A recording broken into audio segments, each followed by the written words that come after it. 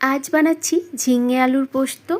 আর এই একটা রেসিপি এত সুন্দর লাগে খেতে যে এটা দিয়েই গরম ভাত অনায়াসে খাওয়া হয়ে যায়। তো কিভাবে বানাচ্ছি চলুন। আজকের রেসিপিতে একদম খুবই সুন্দরভাবে বানিয়েছি, প্রসেসটা না দেখলে আপনার বিশ্বাসই করতে পারবেন না। এতটুকুনো এখানে কিন্তু জলের ব্যবহার করা হচ্ছে না।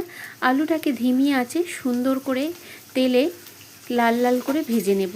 এক চুটকি নুন দিয়ে দিয়েছি আলুতে, যাতে আলুটা ভাজার সময় ওর ভেতরে নুনটাও খুব সুন্দরভাবে চলে যায় এবং আলুটা লাল লাল হয়ে ভাজা হয়ে একদম সফট হয়ে যায়। আলুটাকে আমি কোনো জল দিয়ে সেদ্ধ করব না, একদম এইভাবেই কিন্তু আলুটা সেদ্ধ করে নেব। এতেই কিন্তু টেস্টটা সুন্দর হয়। আর জল দিয়ে সেদ্ধ করলে সেখানে একটা জলের ফ্যাচফ্যাচে স্বাদ এসে যায়, যেহেতু আমাদের ঝিঙে থেকে জলটা বের হয় সেই জন্য। আর দেখুন আলুগুলো আমি তুলে নিচ্ছি। কড়াইতে দিয়ে দিচ্ছি কালো জিরে আর মৌরি। আমি কিন্তু এখানে আর কোনো তেল অ্যাড করছি না, প্রথমেই যে তেল একটু বেশি করে দিয়ে দিয়েছি সেটাই দিয়ে দিচ্ছি। 4 পিস শুকনো লঙ্কা। এই লঙ্কাটা আমি এখানে ফাটিয়ে একটুখানি মুখটা ফাটিয়ে দিয়েছি, যাতে খুব যেন ঝালটা না হয়ে যায়। হালকা ঝাল আসবে, খুব একটা ঝাল হবে না কিন্তু।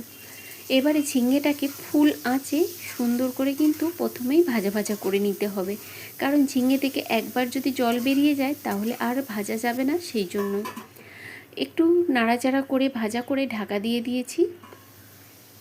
আর দেখুন একটু মজে গিয়েছে। আমি কিন্তু এখন এতে কোনো নুন ব্যবহার করছি না, কারণ নুন দিলেই সঙ্গে সঙ্গে জলটা বেরিয়ে আসবে। আর এইভাবেই আরও বেশ কিছুক্ষণ নাড়াচাড়া করে নেওয়ার পরে দিয়ে দিয়েছি একটু কাশ্মীরি লঙ্কার গুঁড়ো আর এক চুটকি হলুদ। খুব বেশি হলুদ আমি এখানে দিলাম না।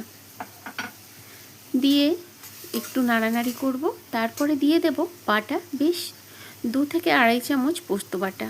অনেকটা পরিমাণ পোস্ত বাটা এখানে দিচ্ছি, যেহেতু শুধু এই পোস্ত দিয়েই রেসিপিটা হচ্ছে, অন্য কিছু এখানে মশলা পেঁয়াজ বা অন্য কিছু হচ্ছে না, সেই জন্য।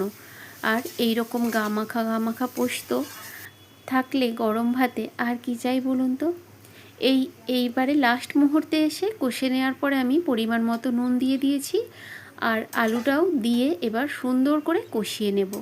একটু কষাতে হবে, কারণ যত কষাবো মশলাটা ভাজা ভাজা হয়ে গন্ধটা ততটা সুন্দর আসবে। এবার 5 থেকে 6 মিনিট আমি এইভাবে ধিমি আঁচে ঢাকা দিয়ে রাখলাম। দেখুন বন্ধুরা, চলে এসেছি 5 থেকে 6 মিনিট পরে। আর দেখুন আলুগুলো আমার একদম সুন্দরভাবে সেদ্ধ হয়ে গিয়েছে। আর আমি কিন্তু এখানে কোনো জল অ্যাড করি না, একদম রেডি ঝিঙে পোস্ত। অবশ্যই আপনারা এইভাবে ট্রাই করে দেখবেন এবং আমাকে কমেন্টে শেয়ার করবেন কেমন হয়েছে। নমস্কার।